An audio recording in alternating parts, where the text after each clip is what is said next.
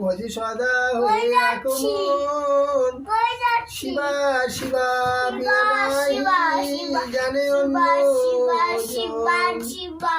রূপসী সরকা সতী তাহার রমণী সতী কুল শিরোমণি সেই বিন নমস্তুতে ওম তৎসৎ। হে কৃষ্ণ করুণা সিন্ধু দীন বন্ধু জগৎপতি গোপেশ গোপিকাকান্ত রাধাকান্ত নমস্তুতে।